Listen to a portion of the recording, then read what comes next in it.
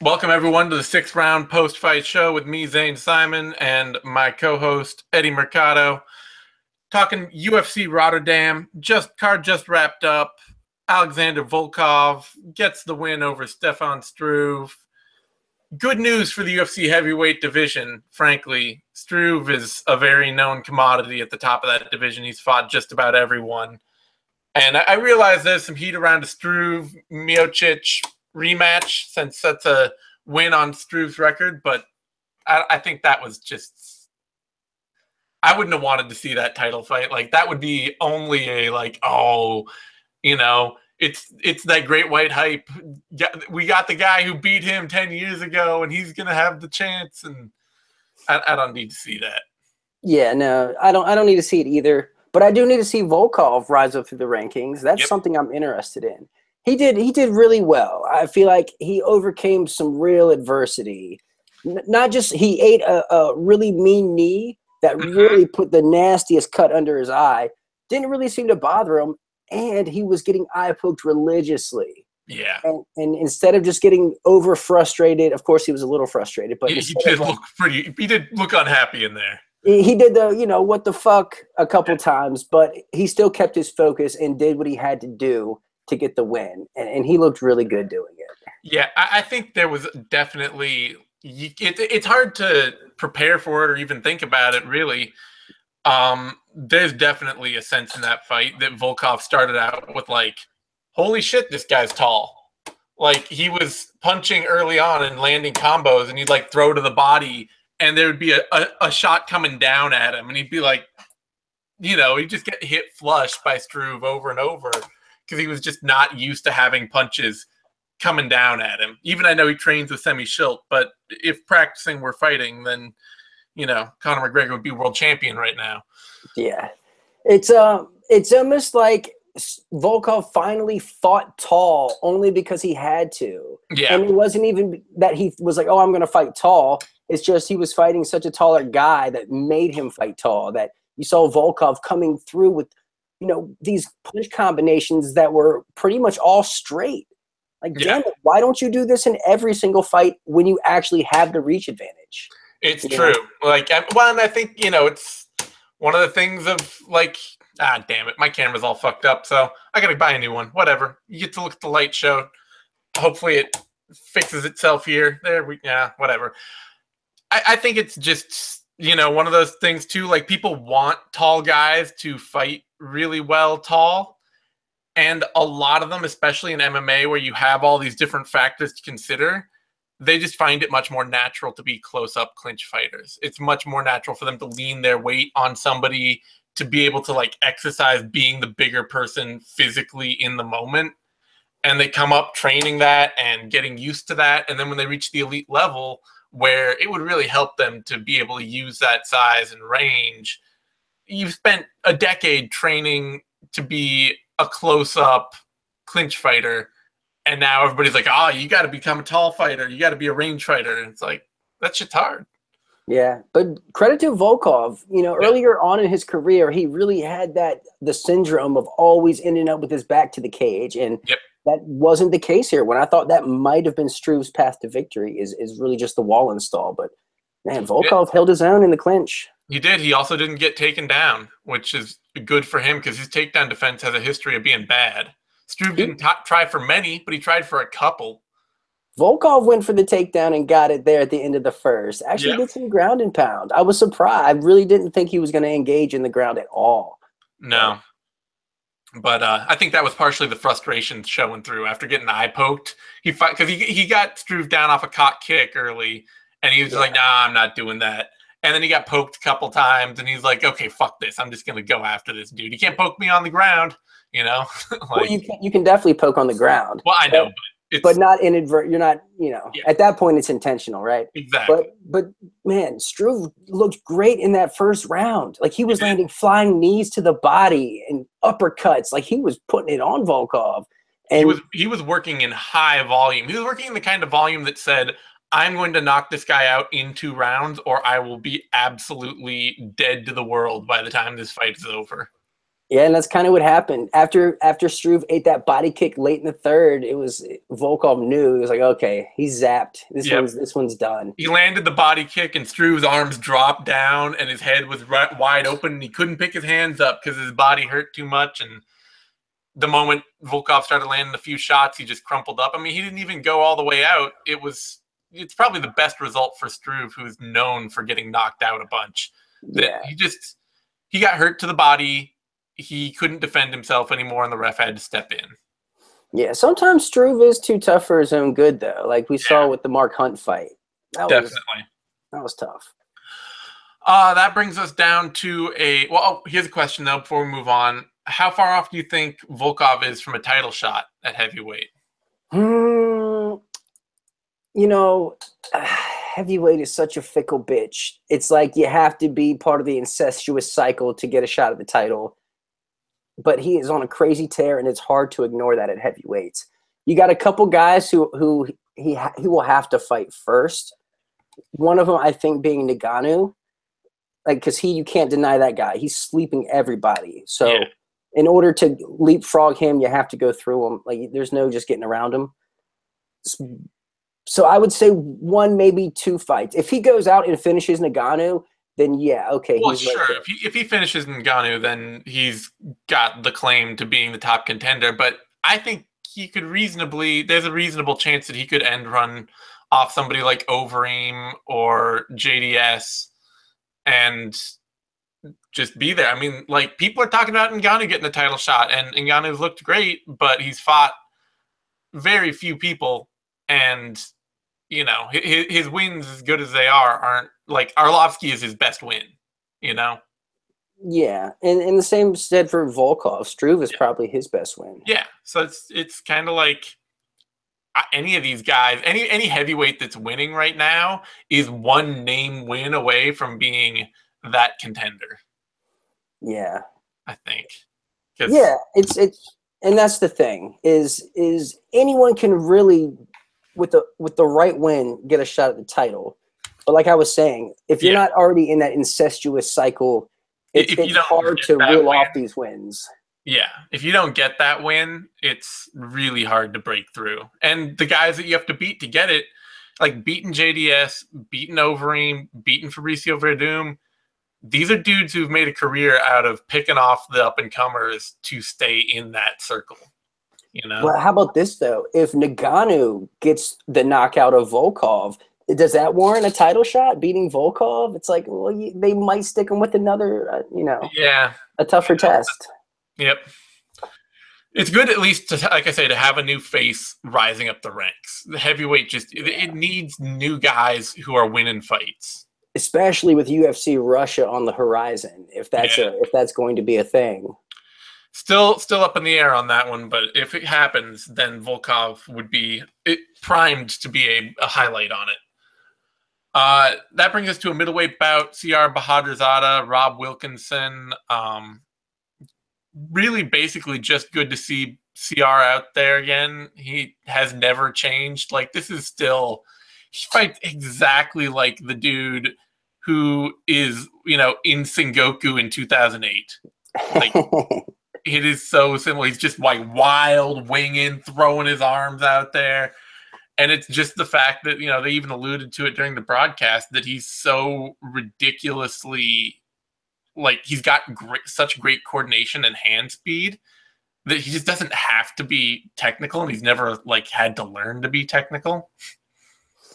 Yeah, but the downside to that is that shit don't work with the higher caliber of opposition. It's not going to work. No, I mean, there's a reason too that CR Bahadurzada, for his entire career, his best win is maybe Evangelista Santos off an arm injury, or Paulo Thiago in 2012, the shop-worn Paulo Thiago at that point. And another thing, the older he gets, the less those physical attributes will be able to carry him through fights. Yeah. So the ceiling is definitely a question, but I mean, shout out to him. It's like he ran in with just these monster punches, and it worked out because the guy just couldn't take it. Yeah, Rob Wilkinson, for a debut, he was never going to be ready for that next athletic cut, CR is, like I say, he's got great hand speed. And if you're a newcomer, especially who's never had to fight somebody that athletic, that's going to be just a total shock. Yeah, he did the best I think he was ready for. But he just couldn't handle the power. Nope. Brings us to a women's bantamweight bout, Marion Reneau, Talita Bernardo. I was actually shockingly happy with this fight because it got the best possible scenario, which is that Bernardo was able to take Reneau down over and over again, and that made for a bunch of fun grappling scrambles. Yeah, this fight overproduced. Yeah. I wasn't sure what to expect once Germaine de Randamie pulled out. It was a major oh man, I don't want to see this. But Talita showed up. Despite the short notice, I even gave her the first round. I thought she was super game. She won it definitely. Some slick submission attempts, and I'm stoked to see her again. And in fact, judging by her performance here, I would put her somewhere close to the top 15, if not giving her. Maybe there's only 27 women in that division, and fair. Everyone outside of it is, But I felt like she did exceptionally well considering the circumstances. Yeah, the big question going forward will be her striking.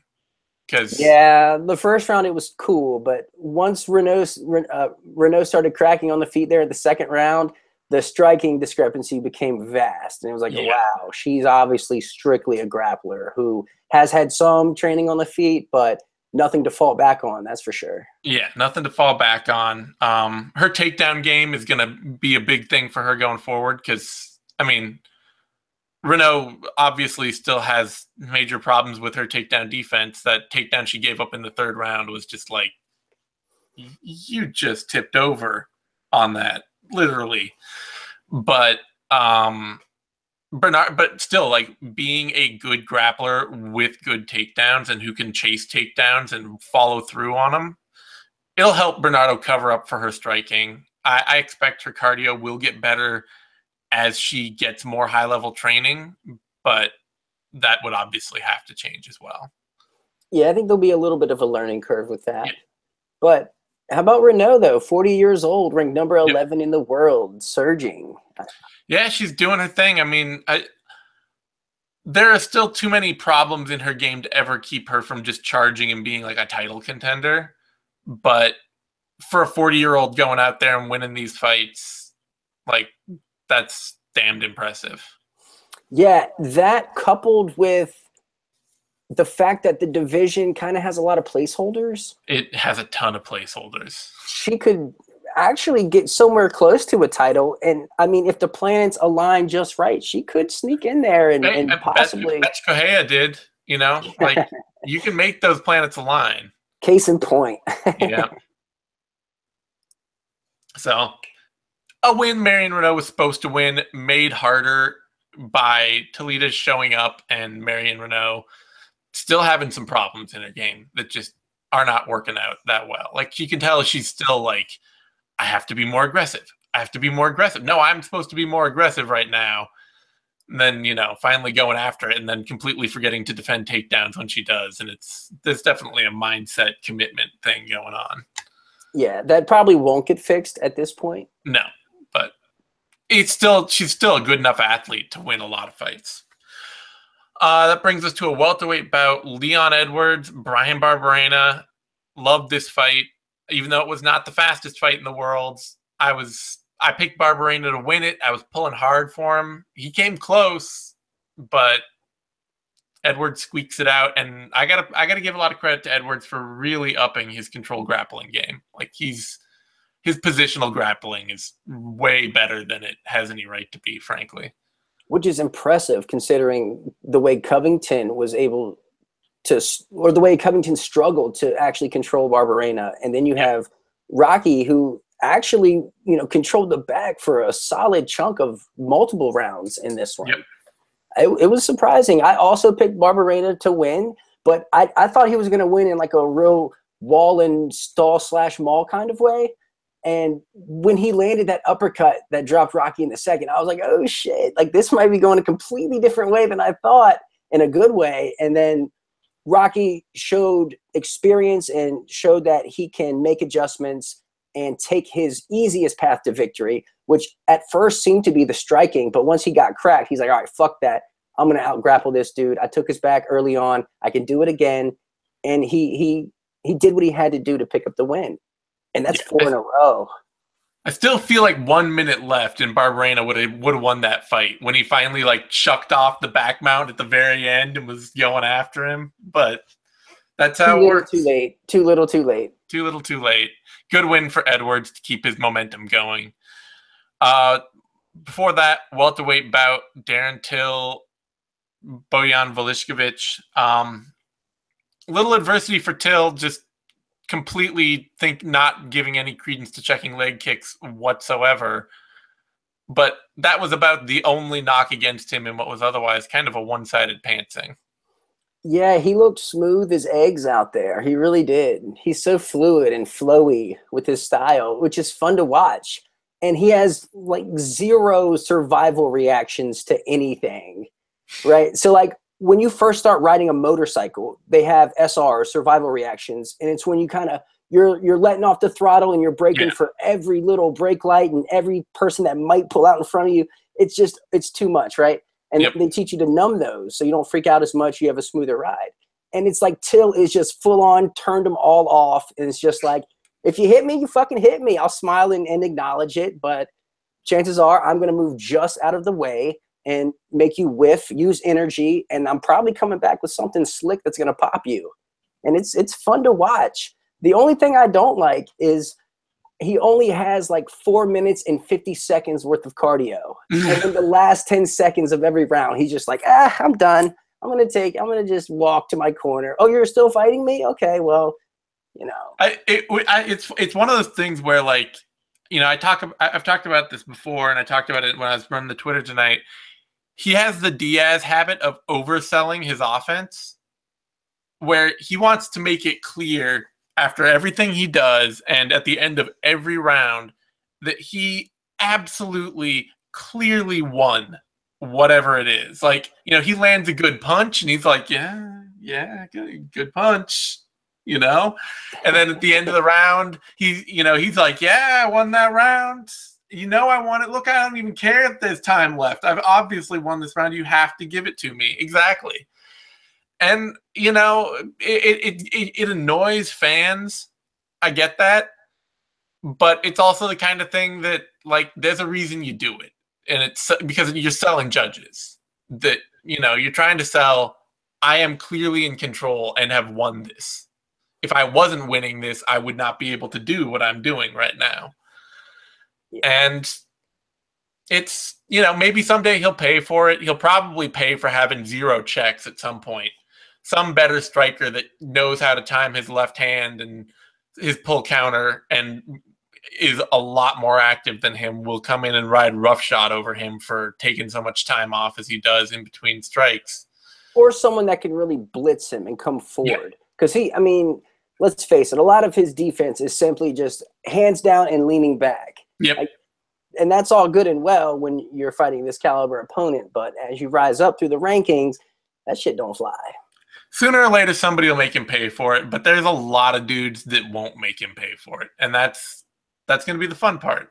And it'll be fun to see if he can use those. The thing you really hope is that he can use those fighters to build that style to be effective at a high level. Like, you can add the wrinkles in your game plan by exercising it over and over again against people who can't hurt you, who aren't able to take advantage of you. So that by the time you face somebody who does, like, you've been doing this a long time. You've been doing enough of it that you know enough tricks that you're not just going to go out there and get wrecked because somebody doesn't give a shit about you being flashy and wanting credit for everything. Man, the first round was so awesome where Velikovic was like, he put his back to the cage. He was like, come on. And Till's like, motherfucker, elbow. Boom, dropped him. And it's like, when keeping it real goes wrong. I love it. I know. It was so fun. Oh, that was beautiful. That was gorgeous. So I'm going to enjoy watching Till no matter what. He's a fighter that's always going to be fun to watch. And if he loses, that'll be fun too, because he'll have it coming. You know? Speaking of which, he called out Santiago Ponzinibbio. I know. Please make that happen. Yes, yes. absolutely yes. That would be a great fucking fight. Love to see it.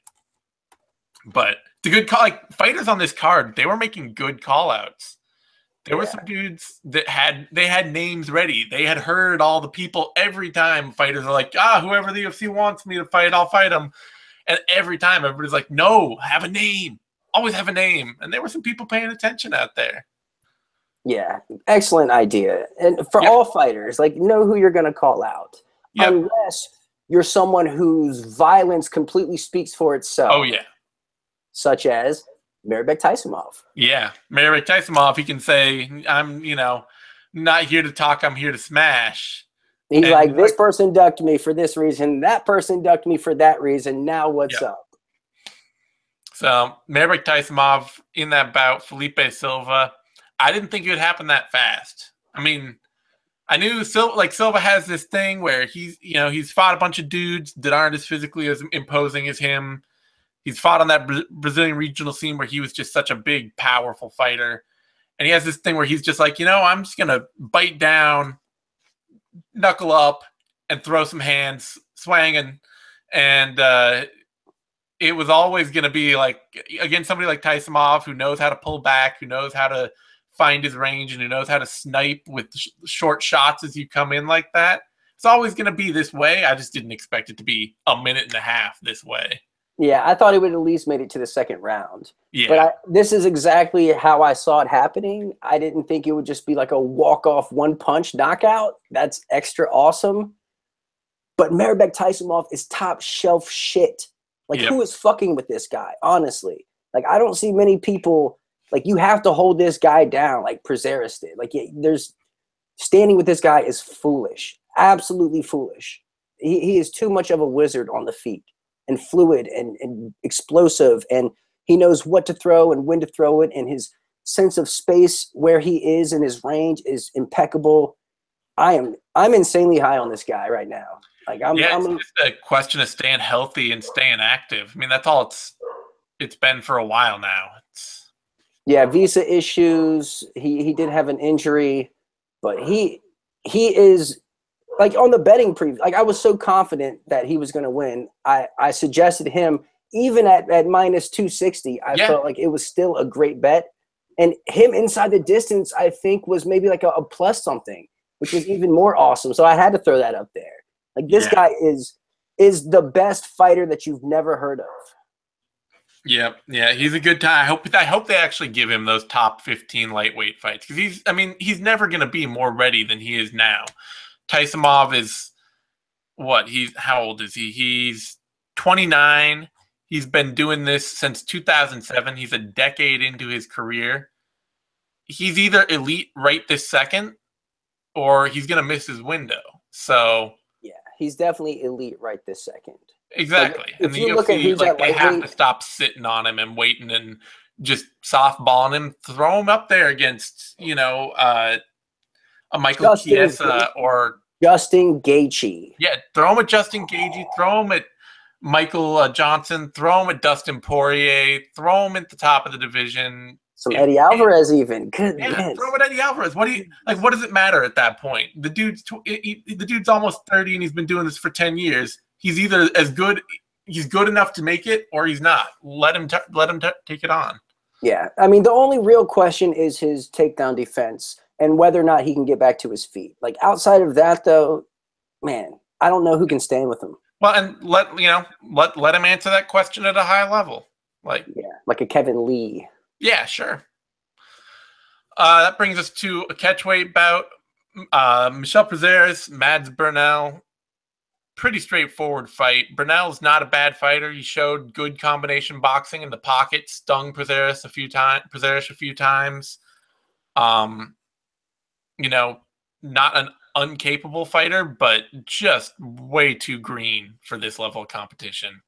Yeah, and Prazeres is insanely tough to deal with. Like if you're a top flight, talent. So making your debut against him, like that's tough, especially when he doesn't make weight, so he's even larger.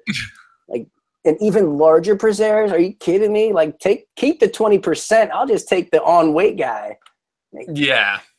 Yeah, it was good work for Prazeres. It did show some gaps that I think was Phil McKenzie who brought it up on Twitter, that a lot of what makes Prazeres' striking more functional, a lot of the improvements he's made are dependent on people respecting him and moving away from him. He's very good at catching people as they go backwards, and he can come forwards. If you do what Burnell did and just stand in the pocket and be willing to eat the shots and be willing to trade, you can land. You can make him look more wild. You can make him open his defense up and get a little ugly. But, you know, he's also got a great wrestling and grappling game to go beyond, right behind that. So you have to be prepared for more than just that. And he's built like a brick shithouse. Yep. He's just so solid. And his Lost you for a second. Oh, there you go. You're back. Yeah, so like the way he was transitioning from like trying to get mount, working for the north-south choke, and had that Kimura lingering also. Like he was really working 3 different attacks when he was inside control. And that's just so overwhelming, especially when he's so fucking big for the weight class. Like that's a tough debut. That's a tough debut. Burnell spent the whole fight trying to sweep him off, and it's just like, it looks like you're trying to sweep an anvil in there. Like there's an anvil on your chest and you're like, oh, if I can just wrap my leg around it. It's like the thing weighs 700 pounds. You can't wrap your leg around it. It's not gonna help.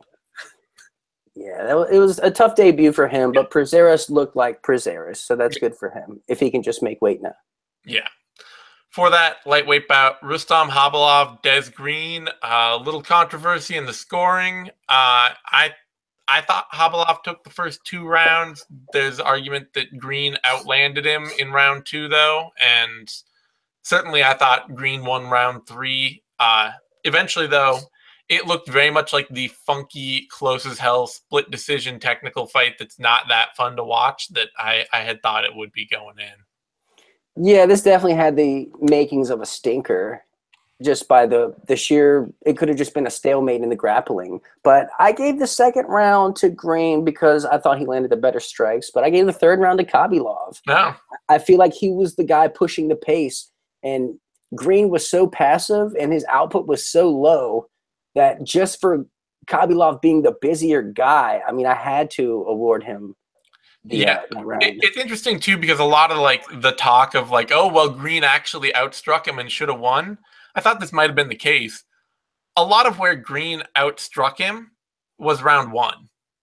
Like, a lot of the strikes that Green landed he landed 17 to Khabilov's 8 in round 1. And that's a round that nobody was going to give Des Green.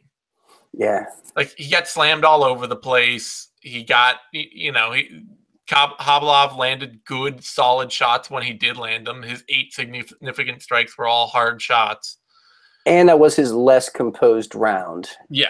Green really looked a little out of sorts to get that But one in round 2, Des Green, landed only 17 to Khabilov's 13. So you're really just counting, like, do I think those shots were better? Some of them were leg kicks. What did I feel like was more worthwhile? And then in round 3, 13 to 13. So you know what? Green did have that late takedown there in the third, which kind of made me feel like, well, shit. If it seemed like a relatively easy takedown, why wasn't he doing that sooner? Was he so worried about grappling with this guy that he was not confident that he could go in there and take him down? He's got the Jorge Masvidal thing, which we saw out here in spades. It's what Conor Rebish calls the young veteran syndrome, which is that, like, he's perfectly capable of hanging with just about any level of opponent out there, but he's so focused on the moment-to-moment, like, win an exchange or do better at this thing right here. Did I land the harder shot there? Yeah, I feel great about that. That he doesn't actually focus on winning the round or dictating pace. And Green is especially bad at dictating pace. Even in his Josh Emmett fight that he won, a lot of that fight he spent giving Emmett space and time early and then countering and picking Emmett off. And that's kind of why I picked him to lose this fight, is that he's just, if somebody else is willing to go after him, and especially like once Hobolov stopped getting his takedowns, I think Green starts to think, well, I'm defending the takedowns and I'm landing shots. I don't have to take him down. Like, I'm winning. This is and it's just it's a mental space that some fighters get trapped in. Fighters like him who fought a ton over a short period of time coming up. Like, Green took tons of fights, and you just get this very like, I'm gonna ride out these rounds. I'm gonna do my thing. I'm gonna stay composed, and I'm always gonna be that guy, and that'll win me most fights. But his output just isn't enough for that. It's too low. His volume is too low, and I think that's what did him in here. Yeah, it's a fight that he may have won. Technically, there's an argument that he could have won that fight, but he didn't put together the game to win the fight, and that eventually is what bites him. Yeah, or he didn't have the aggression. He didn't look like the guy that wanted it more. Exactly. That's what I mean. Is he didn't have a plan that said, I'm out here to win. He had the plan that was like, I'm out here to win exchanges and make these make myself feel like I'm getting the better of these moments rather than actually pushing and winning a fight.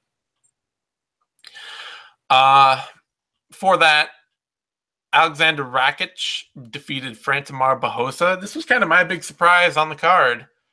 Not that Rakic couldn't outstrike Barroso, who's not any kind of amazing striker, but just that he'd have the cardio to fight 15 minutes in the UFC. Yeah, in his debut. He looked solid. I mean, he looked a little herky-jerky there at first, but once, the second round hit, he started to settle in, started landing his shots. He did get taken down there at the second and actually was held down for quite a bit of time. Not many answers, but outside of that, I mean, he was definitely landing the better shots, punches and kicks, and he left Barroso kind of defensive for a lot of the fight.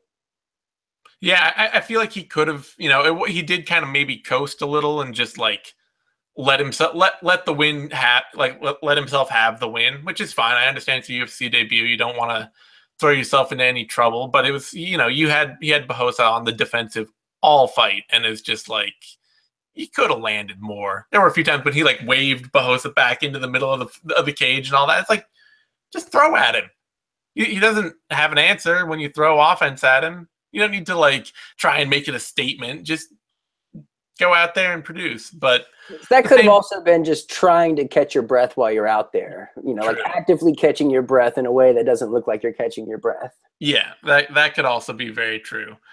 Either way, for a guy that's mostly been a first-round finisher on a pretty underwhelming regional scene, I was pretty impressed by Rakic being able to stay composed, being able to fight for 15 minutes at a high level, and being able to dictate the pace of the fight. It's the kind of fight when I see Barroso in a fight that slow, I'm happy to see him lose it, because he always makes every fight that slow, and usually he wins them, and they're always ugly.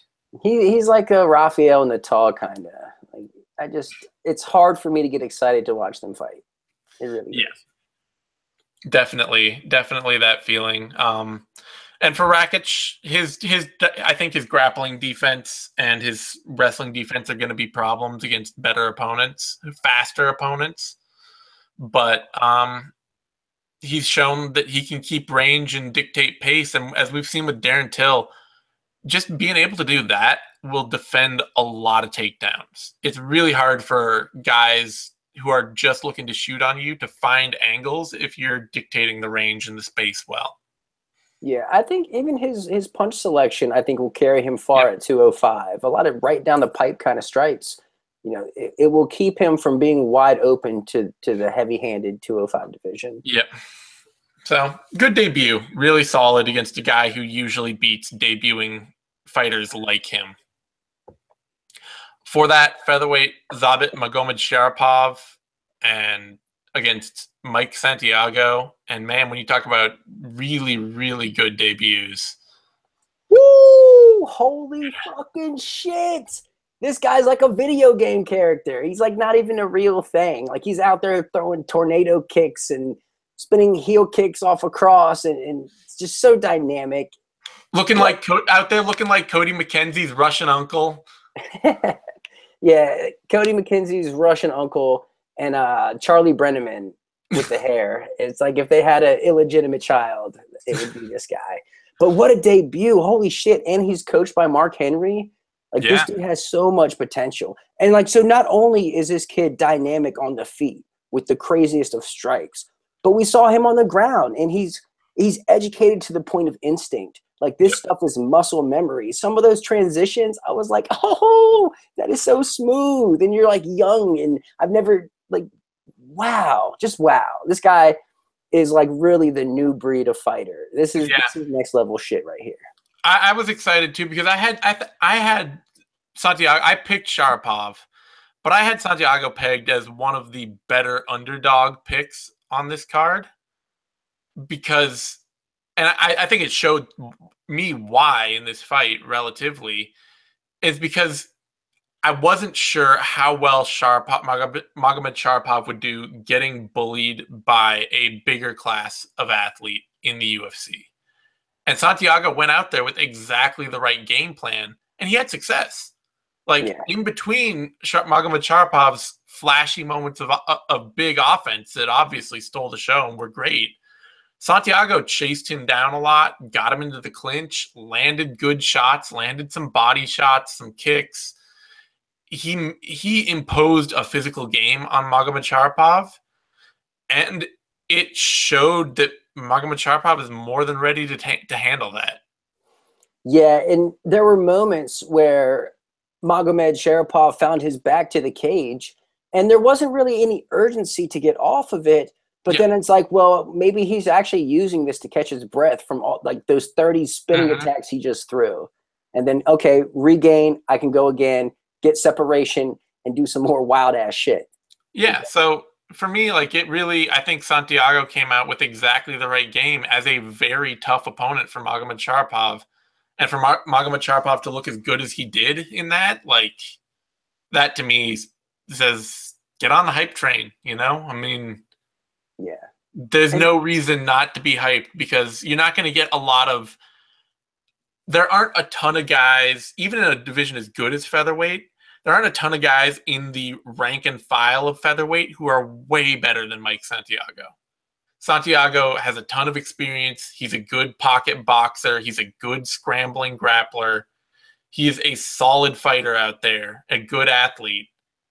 So if you got somebody who's just handling it, it's hard to see a lot of roadblocks on his way up the division. Yeah, like, the biggest thing for me was, like, the flashy kicks was great and all that, but just the way he is on the ground, the way he's so natural at the scrambles, and he's explosively creative on the feet, but also on the ground. The way he dove on that rear naked choke was so aggressive. It's you can just tell how comfortable he is everywhere, and that is so special. And he called out Artem Lobov, which I loved. I love that fight. And I think he could probably knock him out.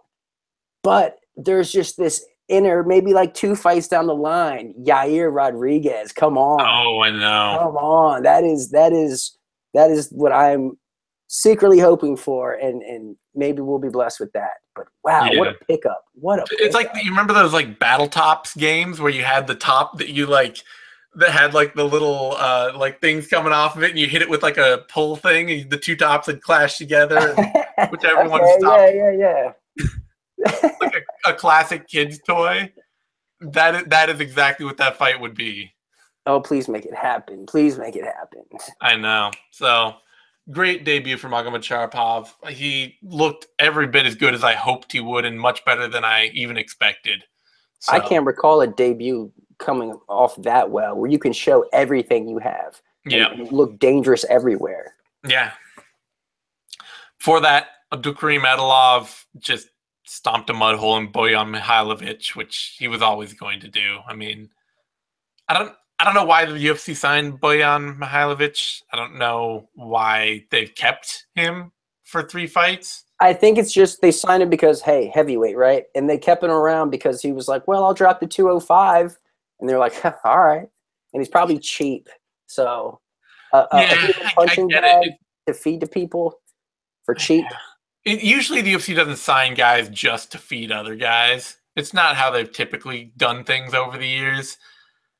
And Mihailovic is just very much obviously there to feed prospects wins. He was not competitive.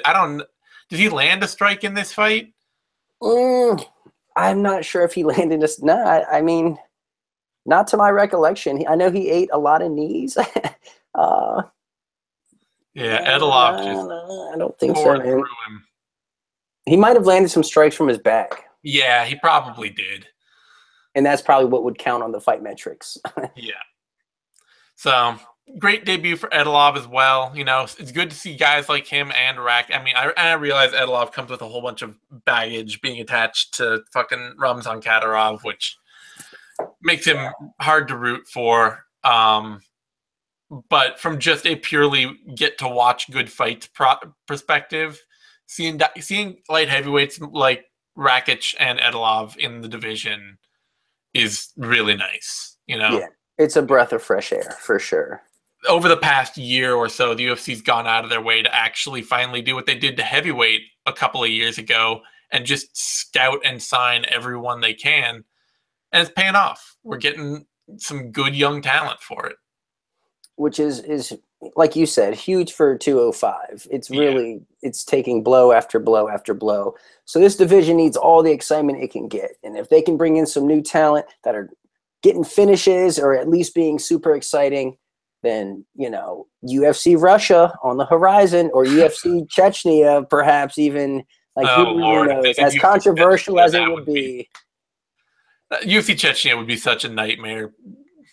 Publicity wise, that's Bloody Elbow would get credentialed for that. That's man. I wouldn't. You know what? Money talks, and I wouldn't be surprised. I hear you say it, and I cringe because I think it could be possible. But all right, and to open the card, lightweight bout: Thibault Gouti, Andrew Holbrook. This was like a true outcome fight for me, where either Holbrook gets a club and sub win or Gouti just knocks him out. I picked Holbrook to get the club and sub. Instead, Gouti knocked him out and gets his first UFC win, which is fine. It was fun. It was a fun knockout. Yeah, it was a we'll see Gouti again. So he kept his job. And Holbrook, man, third knockout loss in the first round in the UFC. That's tough to deal with. And I've spoken to him in the past. Cool dude, you know, likable, but kind of one-dimensional. Well, he's on that Patrick Cummins defensive training system, and but it's not even just it's beyond that though. Even his offense isn't exactly. Yeah. At least Cummins can bang. Like, he might get hit just as much as he hits you, but you know he can at least hit you and hurt you. Well, Holbrook's he's got that same thing where every shot that he gets hit with looks like it shakes his whole body to the core. Yeah. And you're just like, oh, wait, why does everything hit you that hard? Nobody else gets hit that hard. There was a moment where Holbrook was like bobbing and weaving, and he did this little motion, and it looked so slow. And I'm just like, oh, fuck. It was like at that moment, I was like, he's probably going to get knocked out right here. Yeah. Like, you're bobbing and weaving that slow.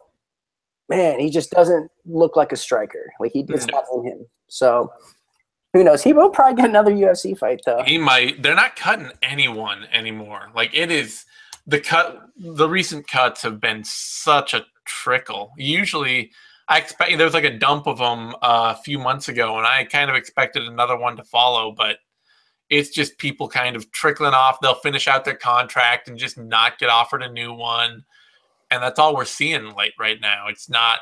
It might be around the corner since we had 7 guys debut tonight, and most of them did well. So as this new blood comes in, they'll probably start trimming the fat in other areas. They might. It's just always hard to know. Sometimes UFC just lets their roster get really bloated up, and then other times they just act like 100 people in a day. And you're like, shit. Guess that's what we're doing now. Otherwise, back to the top. Yeah, Volkov. Good win for him.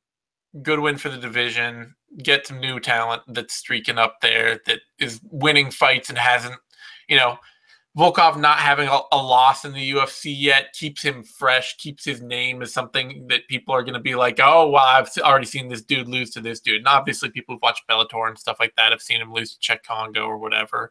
But called that one, by the way, but yeah. yeah, whatever. But in the UFC, as far as their marketing machine is concerned, he's still a fresh face running up the division. So, and a fan-friendly style. Like, he's coming to bang. There's no question about it. Otherwise, it was it's one of those cards. Like, I don't want to just give the UFC a free pass every time they put on a shitty card and you get some good finishes out of it. There was a moment in between Rakic through Prazeres where this card just dragged to hell because you're watching a bunch of just slow fights. But a lot of the rest of this card was fun, and a lot of that is from overmatched green competition getting thrown into the deep end, and get to see CR Bahardizada knock out some newcomer, get to see Marion Renault beat up some newcomer, get to see Marbek Taisimov beat up some dude that's not ready to fight him. Like, there's a lot of that, and that makes for a more exciting card. And following the whole Maymac Fight Pass debacle where people couldn't order the fight or even see the fight after they paid for it, they really needed some free content to throw out there. And this card was free, whether you have Fight Pass or not. So it was low on relevancy, but high on upcoming talent. So overproduced, more finishes than decisions. I'm happy with it. Yeah, it was fine. I love a morning card, so I'm never going to be unhappy with morning MMA. I'd much rather wake up early and work all morning than wake up late and work all evening. Fair enough. But yeah, solid card though, and another overproducer. But we'll see. This could be a bit of a curse because the UFC next weekend might not live up to this. I'm excited for the UFC next weekend. It just may not be something that anyone tunes into. Yeah, it's tough. They told everyone that Demetrius Johnson and Amanda Nunes are shitty fighters to watch, so it's kind of hard to get people to be like, oh yeah, I'm gonna totally watch that card now, when you're out there like, oh, who's gonna watch Demetrius Johnson versus Ray Borg fight? I guess we'll stick you guys on a pay-per-view, watch you fail. Well, they need to be pushing the Ilir Latifi and Tyson Pedro, Jeremy Stevens, Gilbert Melendez. That should be the main and co-main event. Those two are more exciting fights to me, to be quite honest. Yeah, you've bought what they're selling you. Now look at you. You're just throwing the good fighters under the bus. Just like oh man, I might as well go get a tap out shirt. Yep. Sign it. No, just actually the logo just immediately seeps out of your chest and onto any clothing you put on at this point. It's like the Spawn suit. Yeah, exactly. All right. On that note, you can find me on Twitter at TheZaneSimon. You can find Eddie on Twitter at TheEddieMercado. You can find both of us over at BloodyElbow.com. Give us a like over on YouTube. Subscribe to our YouTube channel, MMANation.com, DOTCOM. Turn on the reminders and all that stuff so that you get to see all our shows when they're live. We will be back next week for UFC 215. Demetrius Johnson, Ray Borg. We'll have If I Did It, Care Don't Care, Heavy Hands, Vivisection, Knuckle Up, all that good stuff we do every week. So thanks everyone for tuning in, and we'll see you soon.